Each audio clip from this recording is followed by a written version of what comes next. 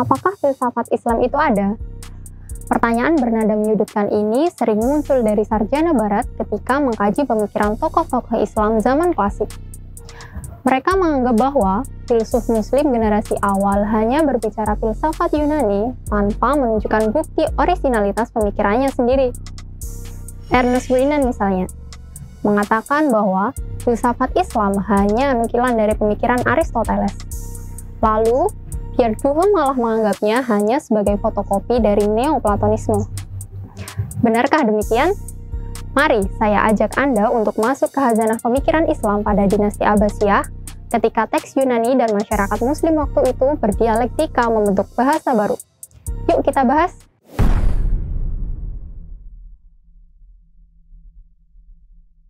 Masuknya pemikiran Yunani ke dalam dunia Arab Islam memang diakui telah mendorong perkembangan filsafat Islam jadi makin pesat. Meski demikian, menyimpulkan bahwa filsafat Islam hanya nukilan dari pemikiran Aristoteles dan Neoplatonisme merupakan kesalahan besar. Mari kita berpikir dengan logika sederhana. Pertama, apakah seorang murid harus menjadi sama dengan gurunya? Atau apakah seorang pembaca harus memiliki pandangan yang sama dengan yang dibaca? Harus dipahami bahwa satu ide dapat dibahas oleh banyak orang dan akan tampil dalam berbagai macam fenomena. Seseorang berhak mengambil sebagian gagasan orang lain, tetapi itu semua tidak menghalanginya untuk menampilkan teori atau pemikirannya sendiri. Aristoteles misalnya, jelas murid Plato, tapi ia mempunyai pandangan sendiri yang tidak dikatakan gurunya. Begitu pula baru Spinoza, walau sebagai pengikut René Descartes, ia tetap mempunyai pandangan filosofis yang berdiri sendiri. Hal seperti itulah yang juga terjadi pada para filsuf muslim. Lalu kedua, poin penting yang juga perlu dicermati adalah penerjemahan buku-buku filsafat Yunani baru dilakukan pada dinasti Abbasiyah di bawah Khalifah Al-Ma'mun sekitar tahun 811 Masehi. Fakta ini menunjukkan sebelum teks filsafat Yunani dikenal, pemikiran rasional telah terlebih dahulu ada dan mapan dalam tradisi keilmuan Arab Islam. Di bidang fikih misalnya, penggunaan nalar rasional dalam penggalian hukum atau istinbat dengan istilah-istilah seperti istihsan, istislah, qiyas, dan lainnya telah lazim digunakan. Tokoh-tokoh mazhab fikih yang melahirkan metode istinbat dengan menggunakan rasio seperti itu, yakni Imam Abu Hanifah, Imam Malik, Imam Syafi'i, dan Imam Ibnu Hanbal yang hidup sebelum kedatangan filsafat Yunani. Lalu, di bidang teologi, sejarah juga mencatat munculnya Mu'tazilah yang dibangun oleh Wasil bin Atha pada tahun 718 Masehi. Aliran dengan corak rasionalitas keagamanya ini telah mendominasi pemikiran masyarakat Muslim saat itu, bahkan sempat menjadi doktrin resmi pemerintah. Menurut orientalis asal Amerika, Oliver Leaman, model pemikiran rasional filosofis yang berjalan dengan baik ini berjasa menyiapkan landasan bagi diterima dan berkembangnya logika serta filsafat Yunani dalam Islam, bukan sebaliknya. Jika demikian, dari mana sumber pemikiran rasional filosofis Islam itu berasal? Dr. Hudori Soleh dalam bukunya Filsafat Islam dari Klasik hingga Kontemporer secara tegas berpendapat, pemikiran rasional filosofis Islam lahir bukan dari pihak luar, melainkan dari Al-Quran dan hadis yang menjadi pedoman. Pada awal perkembangan Islam, ketika Rasul Shallallahu Alaihi Wasallam masih hidup, semua persoalan bisa diselesaikan dengan cara ditanyakan langsung kepada beliau. Namun, hal itu tidak bisa lagi dilakukan setelah Nabi wafat. Padahal, persoalan-persoalan semakin banyak dan rumit seiring dengan perkembangan Islam yang demikian cepat. Jalan satu-satunya adalah kembali kepada ajaran teks suci Al-Quran dan tuntunan Nabi lewat berbagai pemahaman. Munculnya kajian filsafat Yunani oleh para pemikir Islam tidak terjadi secara kebetulan. Program penerjemahan atas buku-buku filsafat Yunani tersebut dilakukan secara massal dan gencar karena memang adanya kebutuhan zaman.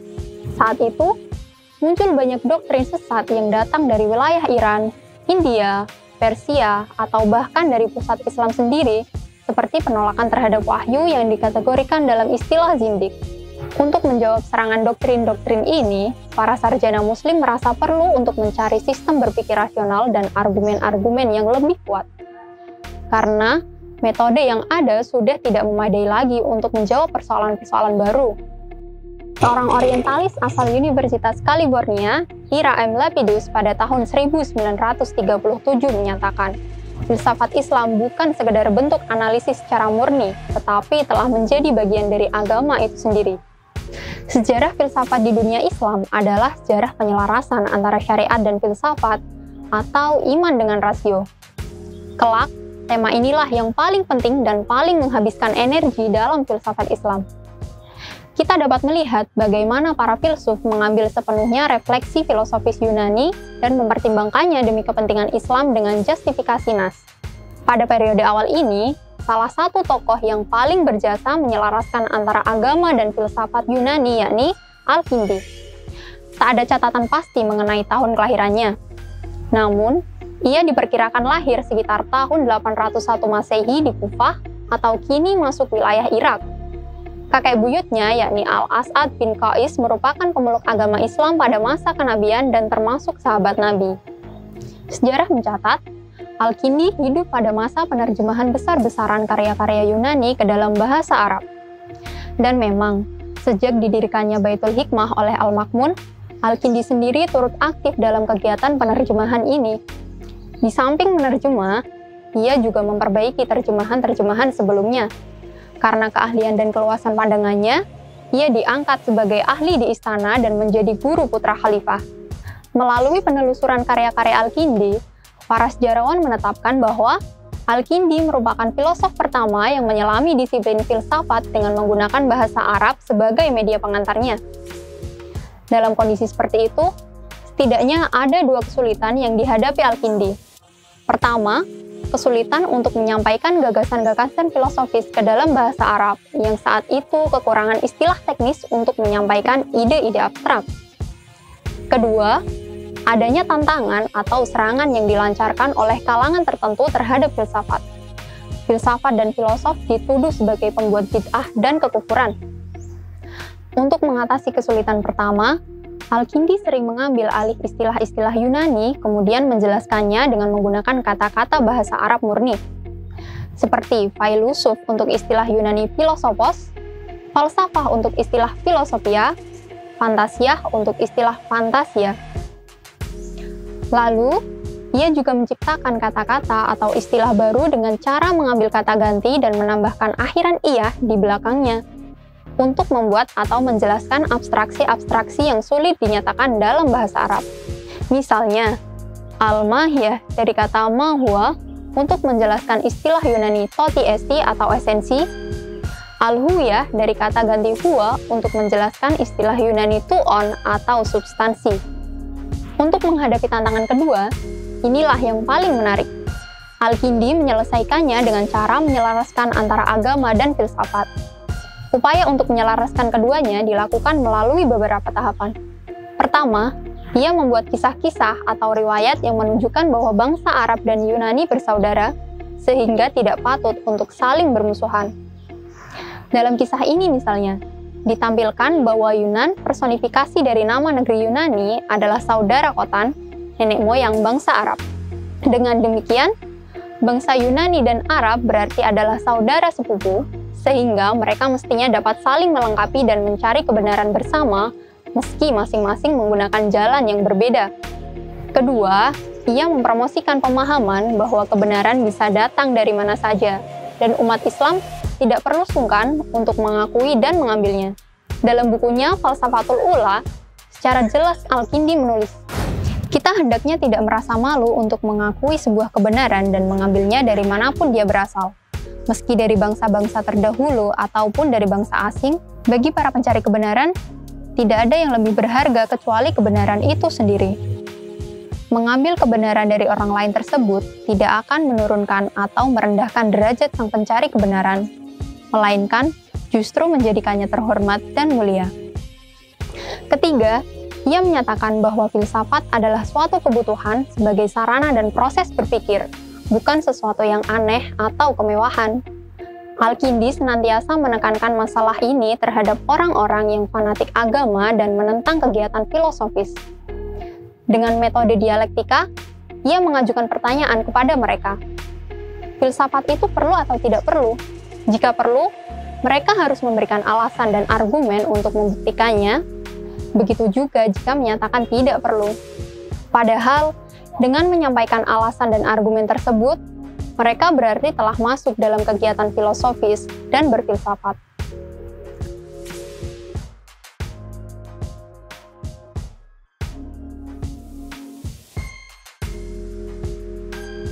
Sekarang, mari kita masuk ke pembahasan yang lebih mendalam tentang bagaimana proses islamisasi filsafat Yunani. Al-Kindi menyusun bangunan filsafatnya dengan pengaruh besar dari ajaran metafisika Aristoteles tentang Tuhan sebagai kausa prima atau penggerak utama yang tidak digerakkan dan sebagai sebab gerak alam semesta. Bagi Al-Kindi, karena filsafat secara umum adalah studi tentang kebenaran, filsafat pertama adalah pengetahuan tentang kebenaran pertama yang merupakan penyebab semua kebenaran, yakni Tuhan. Oleh karena itu, filsuf ideal harus mampu mencapai pengetahuan yang mulia itu. Mengetahui kausa prima lebih mulia dari mengetahui akibat, karena kita hanya bisa mengetahui sesuatu dengan sempurna bila mengetahui sebabnya. Meskipun ini mungkin tidak terlihat seperti deskripsi yang akurat tentang metafisika Aristoteles, ini adalah hasil perenungan filosofis Al-Kindi dalam usahanya untuk menyelaraskan filsafat dan agama. Dalam pandangan yang lebih kompleks misalnya, Al-Kindi secara tegas menolak pemikiran filsafat Yunani tentang teori penciptaan alam semesta dengan logika berpikir Yunani. Para filsuf Yunani secara keseluruhan, mulai dari Plato, Aristoteles, sampai Plotinus, berpandangan bahwa semesta tercipta dari yang ada. Sebab, bagi mereka, apa yang disebut sebagai mencipta adalah membuat sesuatu yang baru berdasarkan apa yang ada sebelumnya, baik lewat gerakan atau emanasi. Artinya, dalam pandangan filsafat Yunani, Tuhan bukanlah pencipta dalam makna yang sesungguhnya, dari tiada menjadi ada, melainkan hanya sebagai penggerak atau pewujud realitas dari alam potensial kepada alam aktual. Konsekuensinya, alam menjadi kodim, tidak terbatas dan abadi karena gerak atau emanasi Tuhan adalah kodim. Al-Kindi menolak teori tersebut dan sebagai gantinya memunculkan gagasan bahwa alam semesta terbatas, tidak abadi, dan tercipta dari yang tiada. Namun, argumentasi yang digunakan tidak bersifat teologis, melainkan filosofis yang didasarkan atas prinsip-prinsip logika Aristoteles sendiri. Menurutnya, jika kita menyatakan bahwa semesta kodim, maka kita juga harus menyatakan bahwa wujud aktual dari semesta ini tidak terbatas. Namun, ini bertentangan dengan prinsip logika Aristoteles yang menyatakan bahwa wujud aktual adalah terbatas. Bagi Al-Kindi, alam semesta betapapun luasnya adalah terbatas dan tercipta dari yang tidak ada atau creation ex nihilo.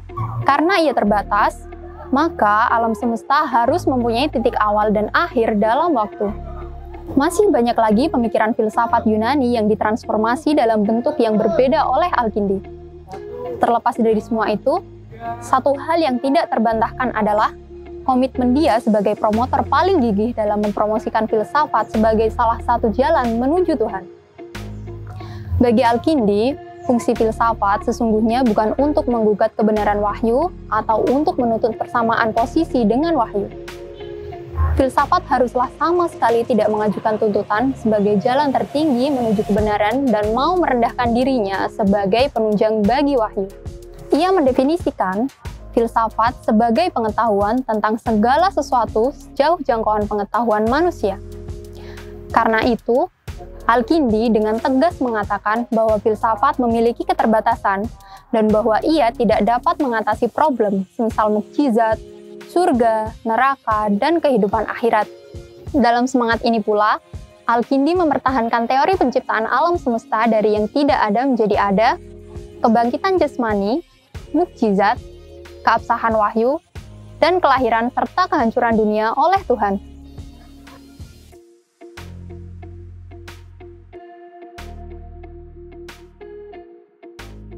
Jika kamu suka dengan konten-konten kami, dukung channel ini untuk terus eksis. Knowledge give you power.